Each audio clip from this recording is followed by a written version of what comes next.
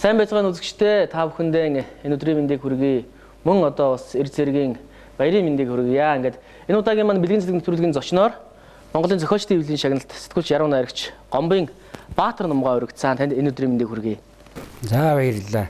Өнөөдөр эх орон телевизийг үзэж байгаа Монголын нийт үзэгчдээ бас энэ өдрийн мэндийг хүргэе. За тэгээ би цэргийн өний үед өнөөдөр Монголын зэвсэгчний 95 жилийн Монгол цэргийн өдөр тохиолдох учраас Монголынхаа зэвсэгчний нийт цэргийн алуун хаагчид чөлөө нөгөө генерал офицерууд одоо алав хааж байгаа нийт бие биелүүлэндээ бас Монгол цэргийн өдрийн баярын мэндийг дэвшүүлье.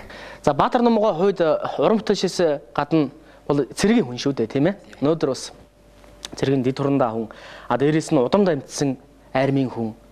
Юуны өмнө хоёлаа өнөөдрийнхөө яриаг бас таны ааваас тэгээд армиас эхлэе гэж бодож байна. За баярлалаа. Тийм ээ. Миний аав цагийн мэддэг хүмүүс Хэлийн цэргийн одоо өгшөлтэй хүн л дээ. Өөрөөр хэлбэл 1938 оны цэрэг. Сүхбаатар аймгийн Баяндэр сумаас 38 он цэргийн албанд мордоод тэр Маттын гэдэг одоо ангид тухайд цэргийн албан хааж байсан юм байлаа. Тэгээ цэргийн албан хааж бод богинохон хугацаанд одоо албан тушаал дэвшиж дунд тушаалын офицер болсон. За дунд тушаалын офицер болоод ингэж одоо тогшоо энэ Монголын энэ төврөгөө татагдаад тэгээ одон дэнд тусаа ороод овоотын өтрөөд энэ тэгээд олон газар ингэ ажиллаж байсан. Тэр хугацаанд бас гадаадад тусгай үүрэг гүйцэтгэж явсан. Тэгээд одоо Сүхбаатар аймгаас төрсэн анхны хүнд чекист гэж явдаг. Тэгээд харамсалтай наав маань одоо тэр 47 оны үед баригдсан Японуудтай ажиллаж одоо хүнд өвчин тусаад тэгээд 1950 онд өвчний учир бэлтгэл ахмцуулалтад армиас салгагдсан. Тэгээд нутагтаа очиж аагантаар олон жил ажиллаж яваад дөнгөж намайг одоо 3 дугаар ангид байхад 1969 онд одоо бурхны орнд очсон. Энэ одоо их цэц залуухнаараа ингээд ааваас өнчрүүлсэндээ одоо бас их харамсаж явдаг юм. Тэгээд үргэлжлүүлээд бас аавынхаа одоо тэр эхлүүлсэн эх орныхоо төлөө явж зүтгэсэн тэр гавьяаг өнөөдөр үргэлжлүүлээ та өнөөдөр явж шүү дээ. Аримтэр амьдралаа эзэнсгэж холбоо. Энэ одоо аримтын амьдрал олох юмс хөв тавлан байсан байж магадгүй. Энэ одоо уус надаас асуудаг энэ Баатар Ном гэдэг нэрийг сонирхоод байдгийг. Тэгээ ми төрсэн газар маань Харвах гэдэг газар байдгийг. Одоо Сүхбаатар аймгийн Баяндэр сумын төв баригад энэ утга гээд Харвах. Тэгээд тэр Харвах гэдэг газар төрөөд тэр үеийн одоо алт мөнгөний алдартай дархан амбассадор гэж хүн байсан. Би мэднэ л дээ. Саяхан 70-ад оны 80-ад оны бурхан болсон. Тэр алдартай дархан одоо манайхаар буугаад мордохдоо хүү гарвал зүүж өгөргөө жижигхэн мөнгө нуунсан мөгсөн гэсэн. Тэгээд тэр алдартай дархны морсноос хойш удаагаар эдмэд уншаад л төрсөн. Тэгээд тэр бэлгшээсэн яасан төрсэн газар маань Харвах. Тэгээд тэр манай өвгдөөс аав ээж минь надад энэ Баатар Ном гэдэг нэр өгчсөн юм байна лээ. Тэгээ энэ Баатар Ном гэдэг нэр бол одоо ингээ яагаад ч бодоод бас цэрэг харимтай холбоотой юм шиг санагдтыг. Тэгээ яг аав маань цэрэг хүн байсан. Тэгээ багасаа цэргийн амьдралыг сонирхдаг хөвгтөөс л да. Гэсэн эдэж нөгөө бас багасаа бас зурж бичдэг тийм жоохон сонирхолтой. Тэр тал руугаа хөтлөгдөж яваад 1976 онд одоо энэ толгойтын 12 дугаар дунд сургуулийг төгсөөд тэр үе улсын машин дээд сургуулийн Монголын дунд зохиол ангид орж ийлээ л. Тий. Гэсэн эдэж одоо яг явах тэр Монгол хэлнийхээ анги төгсөөгүй ингээ явах зам маань гарцаагүй цэрэг ариун хазаагаад тэр онд 1976 онд цэргийн ерөнхий дээд сургууль одоогийн Батламаа сургууль шүү дээ. Энэ Батламаа их сургуулийн чинь Батламаа сургууль элсэн орж бүр их ууны мэргэдлээ төгссөн. Тэгээд 1980 онд артиллерийн зэвсгэлийн ашиглалтын инженер гэдэг мэргэдлийг эзэмшээд тэгээд одоо хээрийн актив болсон зүүн баян гэж алдартай газар очиж садаа салбарын садаан загчаас эхэлж ажлынхаа гараа эхэлж байлаа. Ингэж одоо би цэрэг харимтайгаа холбогдож садаан загч, батарейн зарж, ангийн одоо штабын орлогч энэ гэдэг алуун тушаал ингэж шатараалан ажилласан. Эндээ бас бахархаж явдгийг. Таас нэг артиллерийн мэргэжлийг хэр чинь битэр бол нэг мэргэжтэй бол таарах нь шүү дээ. Би бас одоо 2006-аас 7 онд төсөвчний 0160 дугаар ангид артиллерийн салаанд Пушкин салаанд бас тэнд алфаасан. Пушкин наавч хүн л дээ. Тэгээ артиллерийн мэргэжлүүд үнэхээр бас эр хүний одоо тэр дундаа цэргийн хүний одоо мэргэжил эзэмшил зохих одоо маш сайхан мэргэжил дээ. Энэ мэргэжлийг эзэмсэндээ өөрөөр хэлбэл артиллери гэдэг чинь бол одоо дандаа дээта одоо математикийн ухаан, багтлын онор үздэг. Энэ цэргийн сургууль 4 жил ингээд тоогоор монумент бас энэ юу бас надад энэ үзэг цаастай холбогдох бас энэ эхлийг одоо тарих оюун задрах эхлэв тавьсан байж магадгүй гэж бас. Одоо ярихаар хүмүүсд итгэдэггүй шүү дээ. Үлгэр домог шиг л юм болд нь шүү дээ. Тэр одоо их буугаар буудах, тэр одоо 9.5 кг хэлтэй одоо 3 өөр сумтай байдаг ш тийм ээ. Тийм одоо буугаар их буугаар ингээ буудаж байлаа. энэ тийм гохын дарахтай ингэдэг ярихаар чинь хүмүүс үний юм уу наа чинь байлдан дээр л кинон дээр л гардаг штэ гэл. Яг цэрэг хүний амьдралд бол тийм бол яг одоо байдаг. Тийм учраас бас цэрэгт явна гэдэг бол эр хүн бүхний бахархал. Инхэн одоо эр хүн болж төрсний нэг одоо мөн чанар бол тэр байх болов гэж одоо тийм. Таны ер нь анхны дуу ямар дуу байв? Хингэдэг хүн хөгжмийн аялгауг нэж хингэдэг хүн анх дуулж тэр дууг сонссон анхны сэтгэл бол одоо хүртэл мартдаг байх тийм ээ. Анх манай нутагч Орлын 3Z сайхан мөрний тухай домогтой сайхан 3 нур гэдэг 3Z нур гэж. Тэгээ 3Z-ийн тухай Орлын 3Z энийг шүлэг бичлээ дээ. Тэгээд манай Урлын аяа зүтгэж хөгжмийн зохиол Насан буян гэж биш дээ. Ойр залуунаас нисчин дуу өнтер хийсэн алдартай. Тэгээд Насан буянд энэ хоёулаа энэгээр дуу хиймээр зүжүүлсэн дээ. Насан юу ярьж байгаа дууны шүлэгч юм байдгүй. Дууны шүлэгч тусгай дэгж аягтай хайрцагладаг энэ төр гээл. Тэгээ над чи юусаа ингээд бараг ихчээ заахмаа ихтэй ингэж бичдэг гээд. Ингээд бид хоёр Орлын 3Z гэдэг дуу одоо энэ ном гарчсан байна да. Энэ юугаар ингэж нэрлсэн. Ингэж одоо анхны шүлгээ Урлын аяс хөгжмөнсгөө Насан буянтай хийсэн. Энэ маань маш болгон сүлтэй. Тэгээ дараа нь дандаа том зултай одоо дууны шүлгээ тэгээ Миндвэр гэж алдартай хөгжмөн зохиолч байлаа.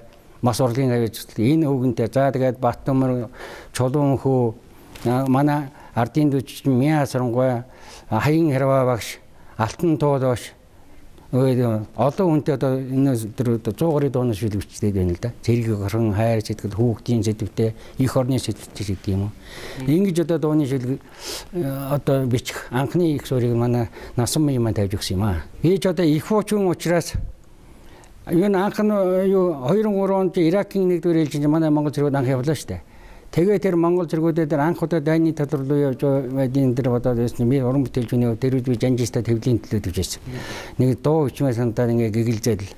Тэгээ хөгжмийн зохиол Насан буян дээр очиод гоо Монгол зэргүүд анх удаа ингээ гадагшаа явахгүй даа. Хоёулаа сайхан эднээ зорж uuсан дуу хиймээр байна гэсэн чинь Насан буян ч өөрөө нэг цэргийн хүний хэвш болохоор төдийлэг анхаараагүй л. Тэгээ нэг гояахад чи тэр шүлэг мүлгээ гаргаад ирдэг би үзэлдэн тэр. Тэнгүүтний ерөөсөд эзэн Чингисийн хямртай эрлэх Монголын хөвгүүд элгэн халуун сэтгэлээрээ их орноосоо мордлоо. Миний Монголын зэргүүд морьтойгоо дэлхийг туулсан юм. Миний Монголын зэргүүд энхийн үлсийг зорсон юм гээд энэ шүлгийг хийгээд Насан буяндаа өчнөө гашир одоо төгөлдөр хууран дээр ингээд л. Тэгээ энэ дуу маань бүтээд тэр оройдоо бүтээд маргааш нэг Монгол зэргүүд явах гэж бид хоёр нисгтэр очиж байлаа шүү дээ. Хоёулаа нэг хоёр навсаас юм дэрвж унаа уншиж юу байлаа. Автобусаар ингээд. Тэгсний манай одоо бурхан болчихсонтой миний хайртай энэ Борбаатар гэдэг энэ маань энэ зэргүүдээ гараж өгөхөд өчөө манай Яан Жанжистэй том тоорондоо орчихсон байсан. Тэгээ намайг тэр зэргүүдийн өмнө гаргуулад энэ шүлгийг уншуулад тэгээ зэргүүд маань Иракийн нэгдүгээр ээлжинд одоо явж байсан би их баяртай байдгийг. Тэгээ энэ дуу маань өнөөдөр инхий сахиулагчийн сүл дуу болтлоо ингээд нэрлэгдээ явж байгаа. Гэхдээ би бас их хуучин хүн учраас өнөөдрийн сайхан Монгол цэргийн өдөр Зэвсэг түвшнийхээ өдөр зориулаад одоо Монгол улсын авиачдын чулуу хүйтэй хийсэн авралын бурхан их өгдөг дуугаараа бүх цэргийнхэн одоо энэ армийн хаамт болнод аяд-дууны мэдлэг өргөе.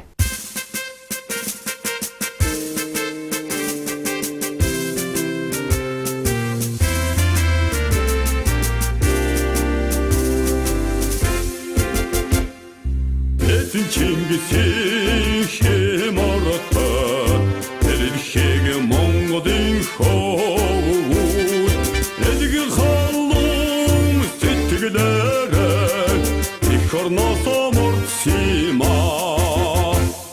миний Монголын цэргүүд морьтойгоо дэлхийг туулсан миний Монголын цэргүүд инхийн үлсийг зорсон миний Монголын цэргүүд морьтойгоо дэлхийг туулсан миний Монголын цэргүүд инхийн үлсийг зорсон сарн ээжийн бүэсэн сайхан Монголын хөвгүүд хүндэг арун сэтгэлээрээ хүмүүний төлөө тэмүүлдээ миний Монголын цэргүүд морьтойгоо дэлхийг туулсан миний Монголын цэргүүд инхийн үлсийг зорсон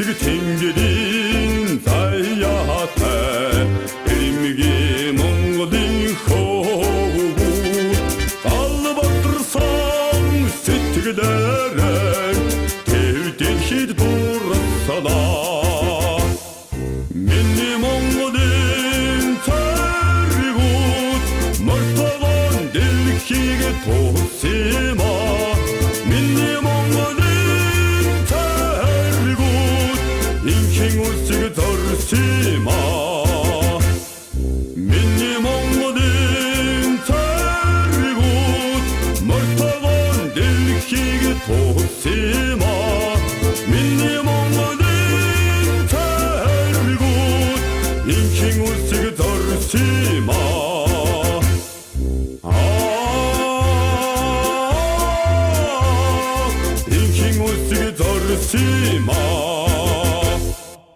Үнэхээр сайхан уран бүтээл байна. Иракд одоо ер нь та бас хэдэн оны ямар ээлжээр явж байв. Тэгэд яг ингээд эх орноо төлөөлөөд олон улсын тэр одоо том инхийг сахиулах ажиллагаанд оролцох ерөн сэтгэл ямар байсан? Эр хүний хувьд, Монгол хүний хувьд. Тэгээ би чинь одоо тэр дөрөнд дуугаараа насмын гавьяат бид хийсэн гэж ярьлаа тийм ээ. Тэгээд энэ Иракд үүрэг гүйцэтгэн гэдэг бас зэрэг хүнд дохоогоос хавархан л хувьд авлаа л да. Хэрвээ цэргийн сургуулийг би төгсөөгөөл Иракд гэж явж сэтгүүлчээр үүрэг гүйцэтгэн гэж байхгүй шүү дээ. Тий. Тэгээд би 2004 онд одоо Иракийн 3 дугаар ээлжээр цэргийн сэтгүүл хэвлэлийн төлөөлөгч гэдэг энэ албан тушаал дээр Иракт 7 сар үүрэг гүйцэтгсэн. Тий. 2004 оны одоо 9 сараас 5 оны 3 сар хүртэл ингээд 7 сарын хугацаанд. Тэгээд энэ Иракийн халуун зүгт очиод бид нар чинь яг та ингээд сэтгэлийн хөөрлөөр ингээд явна шүү дээ. Эндээс бид нар онгоцон суугаад бүтэн 8 цаг нисж байгаад л Катарын ойролцоо дээр Америкийн том одоо бааз дээр бууж байгаа юм. Тэгээд өдөр нэг 4 цагийн багцаал буусан байх та. Тэгээд бид нар чинь онгоцноос ингээд буусан. Нүүр найрчээс зумрах гэж байгаа юм шиг болж байгаа. Тэгээд л дээр чинь 60 градусын халуунд бууж байсан юм байна. Тэгээд за энэ ч одоо энэ юу ямар газар ив тэгээд анхны тийм сэтгэл төрж байгаа шүү дээ. Тэгээд тэр зэргүүдийн том асар майхан чи ойролцоод энэ дээр онгоцны юунаас эхлээс 50-60 метрийн зайтай байсан болоо төө ингээд талаар ингээд барьчихсан. Хаашаа харна ерөөсөө юу ч харагдахгүй зүгээр илсэн зүйл. Маш уйтгартай тийм бол. Тэгээд тэрүүхөө хооронд чи одоо биднүүдийн журмуудад манай ажиллагааны авцаар явж байсан одоо баригардын генерал болчихсон манай сайхан залуухан генерал Ганзор генерал тэр залуу хаахмад биднүүдийн бүгдээрийн журмуудад одоо ингээд журмуудад зэрэг үнсний явна шүү дээ. Тийм жагсаалаа. Тэгээд тэр их халуун тэр чинь бүргэлсэн цагаан энэ юу өөдөөс ингээд хамрын юу жаад. Тэгээд тэрүүхөө орны алхаад очиоор хам зүгээр ус болгоно болж байгаа юм. Ном байт. Тэгээд нөгөө асруулын ингээд орсон жил бүх асруудын ингээд кондишнер үйлээд ирсэн. Өөдөөс ингээд сэвсрүүхэн юу үлээх. Гэхдээ ямар сайхан юм байж тээ девашин санагдаж байгаа шүү дээ. Тэгээд энээс эхэлж тэр юу орсон да. Тэгээд би уран бүтээлч хүний ер нь энэ үйл ажиллагааг бас ямар нэг хэмжээгээр уран бүтээлд үлдээх ёстой гэж бодоод тэгээд тэр Кувейтээс л Аль-Хилакот хүртэл 500 км газрыг бид яг байлгын газар орон дээр ингээд л маршрут туулж шít. Асар томоо Лайт үлдээ Америк, Словакд хаан хэмлээ баахан зэргүүдийн хамгаалтанд Монгол зэргүүч ингээд тийш очиж байсан. Тэгээд энэ тэндээс очиод 90 ирлэг тэр 7 сарын амьдралын багтаасан би Ирак өнгөрөөсөн 190 хоног гэж энэ найрагл бичсэн. Баримтат найрагл. Тэ. Энэ дээр л одоо бүх юм байж байгаа. Тэр Иракч манай Монголын 10 цэргийн 10 баг яваад ирсэн шүү дээ. Энэ миний найрагл 3 дугаар ээлжийн одоо өөрийнхөө ээлжийн фон дээр бичсэн боловч яг тэр 10 ээлжийн үйл одоо тэр үйл ажиллагаа энэ юун дээр л одоо харагдах тийм найрагл байгаа юм. А биднүүдийн өмнөх нөгөө ээлжийн асар үүнд нөгөө дэлгүүрт болжсэн Азая Самуянд нарын өргөж байсан ээлж байсан. Тэднээс бид нар тэр ээлжийг хүлээж авч байлаа. Тэгээ газар он дээр очихдод үнэхээр одоо хүнддээ одоо хаана бол энд тэнд л буудаж хинжил байна. Энд тэнд дэлгүүрт болж ил байна одоо ерөөсөө. Тэгээ энэ бол эхлээд л одоо бид нар чинь давдуу хийгээд л одоо ингэдэг байлаа шүү дээ. Сүүлдээ явахдаа Монгол хүн чинь дасан зогсож чадвар сайтай шүү дээ. Дорхноо л одоо тэр халуунд нь халжиж чадна, хүйдэнд нь хөрж чадна Монгол хүний нэг онцлогсон дэр шүү дээ. Тэгээ манай Монгол цэргүүд чинь үнэхээр бас энэ дашим дээр үнэхээр одоо хаа явсан гадар маш цохон байгальтанд орчдөг. Тэр бол гайхамшигтай. Одоо үүрэг даалгавар биелүүлэх юу гадны орны цэргүүд энэ дэрэгдэн манай Монгол цэргүүд үнэхээр явж байгаа тэр нэг хямралх шүү дээ. Баатарлаг шинжтэй. Тэгээ тэр халуунд чинь ганцхан Монгол цэргүүд л манайхан ч л одоо цэрэг хүн тэр ямар байх хэвээр сум хүмүүстэй хантаа бууз явшиг одоо ямар ахсан тэр бүгдийн яг ёсоор манай Монгол цэргүүд явж байна. Бусад орны зэргүүд зүгээр ингээ шорт морт одоо бомбод үстэй гэх явж байгаад манай Монгол зэргүүд тиймхүү. Тэгээ энэ бүхэн бол надад одоо тэр сайхан сэтгэл төрж тэр баатарлаг сэтгэл төрүүлж энэ найрагл бичих одоо их сүрийг бас тавьж байсан. Тэгээ найраглаа бичиж одоо нардын уран зохиол сүрэн жогоотой үзүүлж байсан. Энэ найраглаа тэгсэн чинь өрн жогоо намайг маш их маш гэж чи үнэхээр лот байна. Бүр 20 хэд оны үед аган хайдаг гэдэг хүн баруун Берлинд орчин тухай энэ баримт найрагл бичиж үлдээж байсан. За 80-аад оны үед манай зундын дож Афганистанд очоод дошоонод бодуулсан шүлэг бичсэн. Чи одоо 21-р зууны энэ бүхэл бүтэн ийм сайхан бүтэн найрагл бичээд ингэж ирсэн байна. Энэ үстэ маш сайхан байна гэдэг бүр дор надад тэр дон өмнөх үгийг бичиж өгөө. Ингээд ийм сайхан ном гарсан. Энд дээр ясаа бахаралтай байдгийг. Тухайн үед тэнд одоо ингээд эх орноосоо үүрэг хүлээгээд дэлхийн инхээс хөлхүүлэлцэнд оролцож тэр Монгол цэргүүдийн төсвөр хатууштай зан чанар гэхтэл энэ л бол их оронч үзэлтэй. Тэрний чинь энийг чинь хараад ер нь тэнд Монгол хүний дээрээс нь Монгол улсын нэр хүнд өсөж байна гэдэг. Гэхдээ тэглүү яг одоо. Тий. Тэгээд тэр манай ажил Чарли Ваз гэдэг чинь одоо ардад хангалтын бааз л да. Тэнд бүхэл орны зэргийн одоо тэр хангалт бүх юм ингээд тэр Чарли Ваз дээр төвлөрдөг. Тэндээс талдаа чинь тараадаг тэр чинь маш одоо том бааз. Тэгээд энд ч асар том одоо орны тэр том жинглэг ачаатай дандаа хүмүүс ороо ачсан явж байна. Тэгээд тэр Чарли манай баазад орж ингээд бүр дэлдээд ингээд амарч байна. Тэгээ нөгөө жолоочноос тэр халуун жорхийн машинаас үүдээд нэг оршиг мачаад ингээд амгалан унтж байна. Ай хаяул байхгүй амгалан Чарли бааз амна яагаад гэвэл Монгол цэргүүд хамгаалж байгаа. Тэнд одоо амар тайван хон гэж.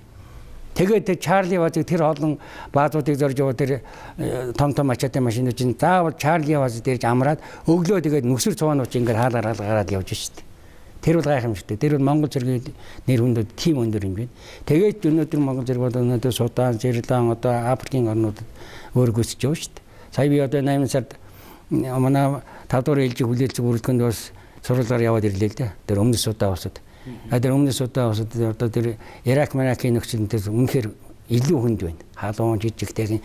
Тэгээд дөрвөсөдий хоорон тэр тэгээд үнэр танаар одоо тэнд юм маш хүнд нөхцөл манай зэрэг өөрөө гүйцэтгэж байна шүү дээ. Тэгтэл одоо манай тэр нөгөө нэг омгууд хоорондоо тулдаад байлдаан болсон байна л да. Тэгсэн чинь бусад орны зэргүүд одоо айгаад нөгөө хамгаалтан зогсчоо зэргүүд шүү дээ. Айгаад майхан бадаад юу байдгийг нэг юм модонд одоо шургад орж ганцхан Монгол зэргүүд ястын дээр яг хамгаалтан дээр зогсож байна гэж шүү дээ. Тэрийг өөр бахархан ярьж байгаа шүү дээ. Нутгийнхын дээр улсууд бусад орны дээр одоо өдөрлүүд энэ. Танай Монгол зэргүүд үнэхээр өстой ийм л. 800 жилийн тэртет эзэн мог Чингис хааны эрэлхий цэргүүд бол нэг тийм зүрх зоригтой л явсан байх л да. Энэ бол яхаад ч бид бүхний бас том бахархал бид бүхэнд үлдээсэн том эрд зориг омогшил юм да тийм ээ. Ингээд нэг сайхан бас одоо сэтгүүлч Ярман Аригч хүн өнөөдөр энэ сайхан баярын өдөр бас эх орон төлөвийг үзэн суугаа мянган цэрэг армийнхандаа монголчуудаа бас сайхан уран бүтээлгээд яжсан уншчих байхаа.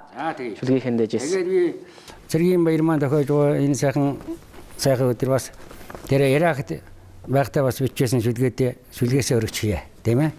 Ухаан арабын ертөнцид тэрэлсэн архлаа гэж. Энийг нэг дуудчихъя тийм. Арабын халуун цэг рүү ай хавиулыг умартан эх орны тушаал өвөртлөн эр цэргийн зэвсэг агсаж бие тулар ханяан орхиод бүх зүрх гарган морцсон түүхэн тэрхүү өдрүүдийн үн цэнийг үр хүүхдүүд үн аандан ойд гэж өргөлж аваараа бархах болно.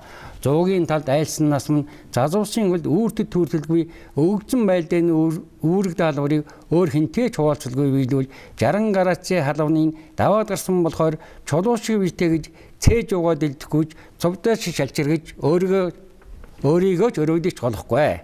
Наранд наримихгүй жаварт шармихгүй байх сэтгэлийнгац суулгасан ачтай сургууль эрдэмтэн мэрэгд багш нараа энэ цагт ор эргэжин дурсах эрх дарах надад бий.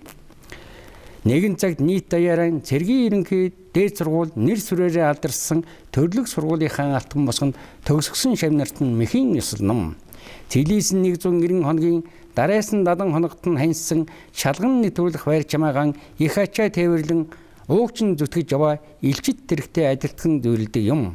Тийм ээ, үүрэг гүйцэтгэдэг харуулын цагт үнэндээ миний ажлын байр болсон боргодуухан дөрхийн шалган чамдаан мор зүрхнээс сан талахын учирвэ. Хэрэгтэй хэрэггүйг нь үл мэдэх хэдэн мусын сурвалжлага нохой байтгай жүтгэр гаслам халуунд нартай атлаа би жиндэм сэрүүн ноороологч биш шалгандаа л боловсруулсан. Зэр зэвсгэн бүрэн агсаж зэрвэлзэг бүхний хараачлан суугтаан найрагл хэлхэх ухаарлаж найргийн онгодоо шалгандаа дууцсан. Тийм болохоор боргодуухан зүрхийн шалган чамайгаан бол зүрхэндээ дээлтийн учир ийм буюу. Эдний өрөө тавилангаар уу эх орны минь заяа төснийхүү ямар тааж байсан ээлэн өгсөн аажили хотон энигсэн дасан Чарли Вазан үе уламжлуулан Монгол цэргүүд үргэлж сайнаар дурс болно гэж 2004 оны 10 дугаар сард би энэ юг бичсэн байна. Боргодуухан зэргийн шалган гэдэг чи одоо юу хэлээд байгааг бол шалган нэвтрүүлэх байр гэж ийм одоо манай бааз дотор юу байдгийг. Тэн дээр бид нар офицерууд одоо банк 7 хоног 3-4 удаа жижигт гарна. Тэгээд одоо өөрийнхөө одоо цэргүүдийг гадагшсан оруулах бусад орны цэргийн албаагч одоо орж ирэхний дээгэн шалган нэвтрүүлэх байр явахгүй. Тэр дотор ч одоо би энэ шүлэг зохиолод юу гэдэг юмнуудаа бичсэн шүү дээ. Өөр тийм боломж гарахгүй. Тэнцэн дэлгүүрт болж ил байна. Төгшөөр дохио авчил байна. Ерөөсөө тэр амрах боломж энэ гарахгүй шүү дээ. Тийм учраас тэр нөгөө шалган нэвтрүүлэх байр гэдэг халуун гэдэг нь тэр одоо халуун дотор л нэг манараад бичсэн шүү дээ. Энэ гартаа буугаа ингээ яажсан, энэ гартаа үзээ өрөөл одоо ингээд хараачлаа тэр хооронд самбаачлаа ингээ бичээсэн шүү дээ. Тэгж байж одоо энэ тэр наад найрагдлцантай бичсэн төвхтэй. Та хоёр нийтдээ хэдэн номтой? За миний бичсэн ном одоо 14 5 болж байгаа шиг те. Ер нь үл. Тий. 14 5 номтой бичээд одоо би нэг бас нэг 2 ном гарах гэдэг бэлтгэжээд байж байгаа. Яруу найргийн ном уу? Тий, одоо үндсэндээ яруу найргийн. Нэг нь одоо дандаа хүүхдийн дууны. За. Хүүхдийн дуугаар бүтсэн. Одоо энэ алтан бүлгэд хүүхдийн дууны наадан зарлагчаар яваад байна шүү дээ. Тэгээ энд юу бас нэлээд хүүхдийн дуугаар орж байгаа. Тэгээ би номоо болов CD-ийг гаргах боломжтой. А нөгөөд хоёр дахь ном нь цэвэр найраглийн ном. Одоо би 5 6 найрагл бичсэн юм байлаа. Одоо энэ Иракийн 102 хоноос өгшүүлээд. За тэгээд өшөө янз бүрийн сэдвүүдэд ингээд 5 6 найрагл. Энэ найраглийн номоос хүрсэн. Энэ хоёр номоо энэ ондоо багтааж гаргачих. Ийм бодолтой одоо байж байна да. Тий. Одоо өнгөрсөн жил уран бүтээлгийн тайлан тоглолтыг хийсэн. Олон сайхан дуунууд туулагдсан, олон хүн үзсэн, талархсан. Үнэхээр бас манай энэ одоо айрмынхын цэргийнхэн дундаас чинь эх орноо хамгаалах их үйлсэд оролцохоос гадна олон сайхан уран бүтээлч төрөн гарсан байдаг. Тийм ээ? Жишээлбэл Чулуун хуугай бол одоо манай бас нэртэй уран бүтээлчдийн нэг байдаг. За тэгэл алдарт одоо яруу найрагч Барнангийн дор жуулмч одоо бас цэрэг харим хэлийн цэргийн өмнө. Хойно хэлийн цэргийн сургууль өгсөн шүү. Тэгэхээр ер нь бас манай айрмынхан одоо эх орноо энэ манах энхий үйлсэд оролцохоос гадна бас уран бүтээл яруу найраг соён гэрүүлэх их үйлсэд бол үнэтэй хөвнөөр орж байгаагийн нэг томоохон төлөөлөгч бол тэд турандаа Баатар ном гэж бол олон хүн хэлж байгааг би сонссон. Тийм манай энэ улаан хот сонин буюу одоо өнөөдрийн зэвсэгчний манай соён тийм ээ. Энэ соён ч юм одоо их болон сүртэй соён шүү дээ. Энэ соёны анхны үүсгэн байгуулс нь манай их зохиол нацагдорж байгаа байдгийг. Бичүүн жадан баг энэ хоёр анх үүсгэн байгуул улаан хот ингэж 24 онд анх гарч байсан. Тэгээ өнөөдөр ингээ бид өнөөдөр 94 жилдээ одоо явж байгаа энэ соён маань. Бид нэр сая 2 3 жилийн өмнө 90 жилийн хойд ингэсэн. Тэгээ энэ хугацаанд энэ соёноос ч бол одоо Монголын нэртэй том зохиол ярууны сэтгүүл төрсөн байдаг шүү дээ. Одоо хамгийн сүүлийн одоо мэдж байгаа жишээ авахлаа одоо манай Арадагийн бүдүүнүүд алдартай одоо базрын зэдэндээ могож энэ соёнд ажиллаж байлаа. За тэгээ сайжаагаа том зохиол ажиллаж байсан. Даад амьд орж за тэгээ ил содгоо энэ төргээд л тэгээ сүүлийн үеийн манай Дандингийн жамин одоо манай соёлын аваа зүтгэлтэн энэ төргээд том зохиолчд тэгээ одоо бол ингээд үе залуучууд манай соёнд манай соёлын ирлэж хурандаа нямд орж гээд бас сайн сэтгүүл зохиолж ажиллаж байна. За яруу найрагч Батнайрам тэгээд турандаа ажиллаж байна. Наа мэдэх байх. Монголын зохиолч дэвлээ шагналтай. За тэгээд өмнө ажиллаж байсан одоо бас Бурхны орноо очсон одоо өрхий сайхан шүлэг үждэг төр мөнгөд бас Иракийн 1-р ээлжинд явж байсан тийм сайхан тэгээд турандаа залуу ажил энэ соёнд ажиллаж байсан. Одоо манай зэвсэгчний хянын чадах газар ажиллаж байгаа тэгээд турандаа залуу зоригтой тэгээд яруу найрагч залуу бас Иракийн одоо 3-р ээлжинд 2-р ээлжээр бид хоёроо ээлжээ ингээд солилцож байлаа. Энэ за бүр бас 4-р ээлжинд нь очоод надаас миний халааг авч байсан одоо манай Жанжистай эргэн зэргийн харилцааны хилцээний дараагаар иржсэн дэд урандаа отхон эргэж яруу найрагч залуу. Гэвч жишээний манай цэрэг харийн ерөөсөө үе уламжлал ингээд зохиол сэтгүүл яруу найрагч тасраагүй. Ийм уламжлалтай. Тэгээ өнөөдөр бид нэр цэргийнхээ соёнд ажиллаж цэрэг харийнхын тухай ингээд одоо уран бүтээлээ төөрөж тэд нар маань одоо бас багжсан бидний уран бүтээлээр омогшиж ингэж яваад бол баяртай байдгийг. Тэр ч одоо миний энхийн үүсэд Монгол зэрэгүүд насан буян мэт хоёрын дуу биш үү? Тэр чинь Серланж усан зэргийн алба багч дүүр ингээд төрийн дуулаа ингээд юунд хийгээд хадсан шүү дээ тийм ээ. Бид хоёрын дууг давхар хийгээд ингээд төрийн дуулаа зэрэг зүйл хадсан. Ийм одоо сайхан. Тэгээд энэ бид хоёрын дуу маань одоо заавал бол 10 дууны жигсаалтанд бас орчихсон. Өшөө бас манай урлын гавь зүсэн гунааж үж сайхан гэж зохиолж байдаг. Тэр нь хүнтэй яасан бас дуу энэ төр маань ингээд орчхоод тэгээ ер нь зэрэг армийнхаа юунд бонд манай зэргийн ансамблын нодны миний тоглолтын дээр бүрэн бүрэлдэхүүнээр орж жинхэнэ амьд төгтөм яа тоглолт гэдгийг одоо харуулсан. Манай их орон телевиз сайхан очиж бичиж авч Монгол орон дээр одоо тэр нэвтрүүлгийн тоглолтын маань нэвтрүүлсэн одоо яас баярлж одоо их орон телевизийн одоо удирдлага сэтгүүлч бүх хамт олонд бас энэ дэшинд баярлж явдаг бас талхлаа илэрхийлж байна. 3 сарын 18-ны цэргийн баярын өдөр ирнэ бас яг одоо монголчууд хэдийн засгийг тэмдэглэж ирсэн баяр юм бэ? Яг одоо түүхэн дээр одоо цагаан дээр хараар явж бичигдсэн байдیں۔ Яг та 3 сарын 18-нд л их Чингис Сүхбаатар одоо хөрөг чөлөөж энэ үеэс эхэл цэргийн баярыг одоо цэргийн баярыг одоо эхэлсэн гэж үздэг л дээ. А яг тэмдэглэж эхэлсэн нь өнөөдөр тэмдэглээд үндсэндээ бид нар одоо 95 жил болчихж байна шүү дээ. Тэгэхээр одоо ямар нэг хэмжээнд яг тэр тушаа зааврын одоо төдийн саймын донд гэхдээ цэргийн баярыг тэмдэглээд өнөөдөр бид нар 95 дахь жилдээ л одоо явж байна. Энэ зөвхөн одоо манай зэвсэг хүчнийхэн зэрэг армийнхэн ихгүй Монголын одоо бүх ирчүүд энийг тэмдэглэдэг баяр шүү дээ. Одоо үнсэн цэргийн алав хаасаагүй ирчүүд бол одоо амх шодлол одоо зарим нь цэргийн алав хаасан хүн шиг одоо ингэ сайхан ингэж баяраа бас баяр тэмдэглэнэ чинь бас нариг дархийн нэр биш үү дээ. Тэр цэргийн баяраа их орно энэ чинь хамгийн гол их орно хайрлах үзэл гэдэг чинь дээр өдөрж улам их давгаалдаг байхгүй. Их орнонд одоо хайрлна. Одоо бид нар чинь гадаадын тэр оронд явхад миний Монгол гэдэг чинь ямар сайхан орн гэдгийг чинь бүр ясмахандаа тулд мэдэрч байгаа шүү дээ. Энэ их орноо жоохон үз яадаг. Юу миний Монгол гэж арайчдаг ярьдаг усуд одоо судаа модаан хаанч аваачаад нэг хит хонуулаад үзүүлэх гэсэн би дотор бас сэтгэвчний удаас ингээд бодож явд юм байхгүй. Тэгвэл Монгол орныхаа үн цэнийг жинхэнэ мэдэрнэ дээ. Бид нар чи Иракад ингээд одоо боён тухайдар боогч бүр бид надад тийм сэтгэл төрж бүр Тэжээр бүр ингээ газар хитээд ингээд тэр цементэн талбай тэрвэт гитнөө санагддаг. Тийм сэтгэл төрж байна. Манай нэвтрүүлэг бас нэг даалгавартай. Их орон телевизийн бэлгийн зэтгэн нэвтрүүлэлд оролцож байгаа оролцсон нэрхэм сайхан уран бүтээлчдийн 10 найрагчдынхаа онгод тэмрэг шингээсэн шүлэг 10 найрагаас нь энэ нэвтрэлтэй буулгаад дээрээс нь одоо өргөжлүүлээд энэ орсон бүх хүмүүсийн бүтээлээр ном гаргах зорилттой ажиллаж байгаа юм. Тэгээд өнөөдөр сайхан баярын өдөр болж байна. Тэгээд Баатар ном гоогоор бас нэг өөрийнх нь онгодыг шингээсэн сайхан шүлгийн нэр одоо ер нь бичүүлье. Өглөө наран уулын цанаас мандах нь их орон, өсчөө хүү адуундаа мартах нь их орон. Ээжийн часан цайны уур тооноор савсах нь их орон, имээлтэй морь сужин зүүрэмлэх нь их орон. Аавын нэртэй дэлийг авдрандаа нандих нь их орон, алсаас ирэх зочдоо хүндэтгэн ухтах нь их орон. Цай сайхан хоолоогоор уртын дуу шуурхайлах нь их орон. Ээрэм талд салхих эсрэх нь их орон, эмэгчин чон бэлтэрхээ тэжээх нь их орон. Эрдэм оюунд оюутан шандах нь их орон, эрдэмтэн мэрэгд бодлон хуваалцах нь их орон. Гантиг ордон төрийн түшээс чуулах нь их орон, гадаа гэрт төрийн дуулал ишгэлэх нь их орон. Төр улс амглан орших нь их орон, төрлөх нутгаа эрд зэрэг хамгаалах нь их орон.